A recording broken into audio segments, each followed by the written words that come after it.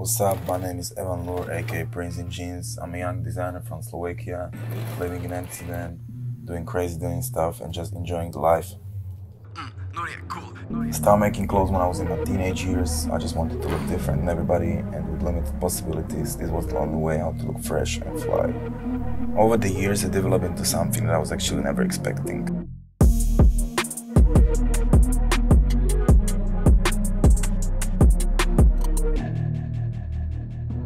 New York City artists were always a big inspiration for me. I love how Philllllthy plays with different type of remakes and repairs, and he created like a new unique upcycled garment in the end.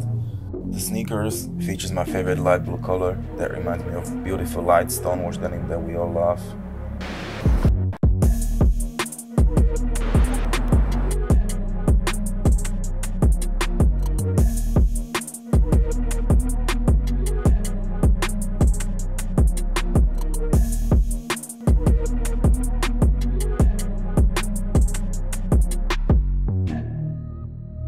This was also the starting point for the bags I designed. Upcycled denim brought to new life as a fresh everyday bag with a new unique silhouette.